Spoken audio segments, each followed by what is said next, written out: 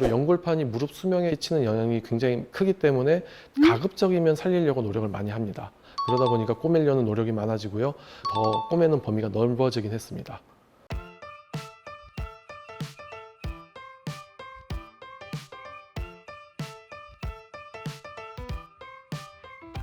안녕하세요. 서울현병원 대표원장 김방현입니다. 뼈에 코팅이 되어 있는 게 연골이고요. 근데 연골이 약간은 말캉말캉한 좀 뼈와는 좀 다른 성질로 돼 있어요. 근데 걔네들끼리는 만약에 자꾸 닿이고 부딪히고 하면 좀 서로 손상이 많이 있을 수가 있거든요. 우리 몸에 깔려 있는 게 있는데 그게 고무 같은 거예요. 실제로 좀 느낌이 고무 비슷합니다. 그걸 우리가 의학용어로는 연골판이라고 해요.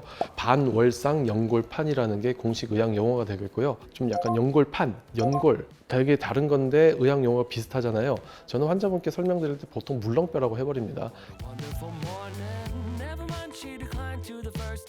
일단 일반적으로 가장 흔한 거는 이것도 오래 쓰다 보면은 좀 노화가 되고 좀 낡고 이래서 갈라지기 시작할 수가 있습니다.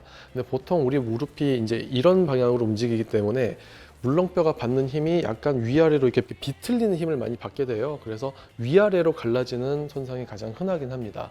근데 이거를 우리가 낡아서 생긴 손상이라서 퇴행성 손상이라 그러고요. 진짜 이 반월상 연골판이 이렇게 찢어진다든지 위아래로 찢어지는 게 아닌 다른 방향들은 보통 외상성으로 생깁니다. 이제 무릎이 이렇게 비틀린다든지 아니면 이렇게 꺾인다든지 이러면서 외상성으로 찢겨 나가는 경우들도 있긴 있습니다. 외상성이 아니고 퇴행성인 경우에 아프지 않으면 굳이 치료하지 않습니다. 이게 위아래가 많이 갈라져 있어도요, 그 상태 그대로 잘 적응해서 잘 쓰시는 분들은 그걸 건드릴 필요는 없어요.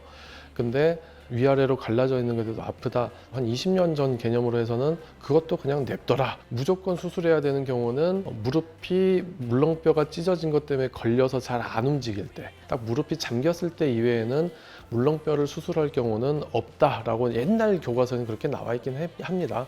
근데 이게 점점점 사실 우리가 쓰는 약들이라든지 꼬매는 기법이라든지 이런 게 좀 발달하면서 요즘은 퇴행성, 그러니까 위아래 갈라진 것도 통증이 꽤 있으면 꼬매기도 합니다.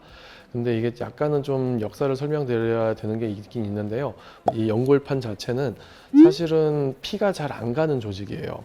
그리고 옛날에는 꼬맸을 때 붙지 않는 조직이라고 알고 있기도 했습니다. 근데 이 관절면하고 가까운 부분, 바깥쪽 부분은 피가 좀 잘 가고요.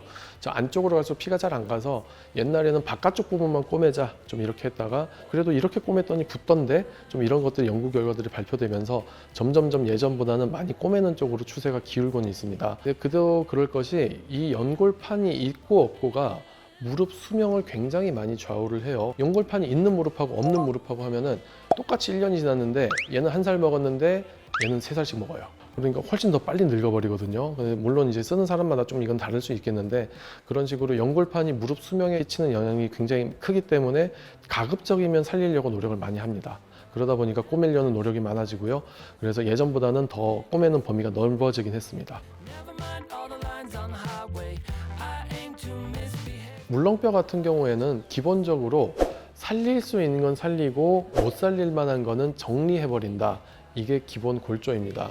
다 이제 제거를 했을 경우에 물렁뼈 이식술이라는 걸 할 수가 있어요. 이 연골판도 사체에서 얻어낸 거를 자기 몸에 이식을 할 수 있습니다.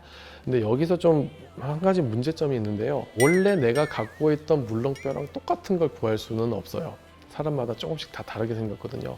그래서 이거를 잘 맞춰서 수술하는 게 가장 중요한 요소인데 수술적인 테크닉이라든지 수술 기법이라든지 수술 실력이라든지 뭐 이런 것도 좀 좌우를 하겠지만 가장 중요한 요소는 내 물렁뼈랑 똑같은 걸 찾아내는 거예요. 물론 이것도 어느 정도 노력을 해야죠. 근데 그럼에도 불구하고 아주 똑같은 건 못 찾기 때문에 약간은 수술 결과가 아주 예측 범위에 들어가진 않아요. 조금 들쑥날쑥한 편이긴 합니다.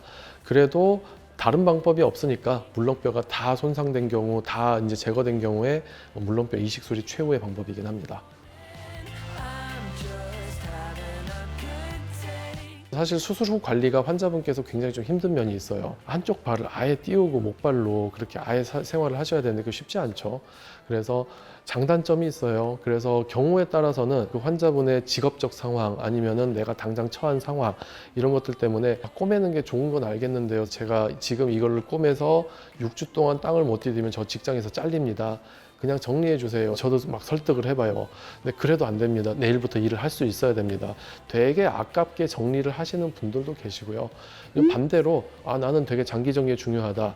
지금은 내가 좀 시간을 낼 수 있다. 이런 식으로 해서 좀 더 꼬매는 쪽으로 원하시는 분들이 계십니다.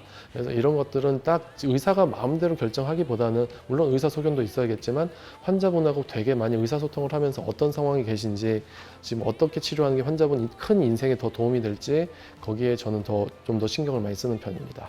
감사합니다. 서울현명원 대표원장 김방현이었습니다.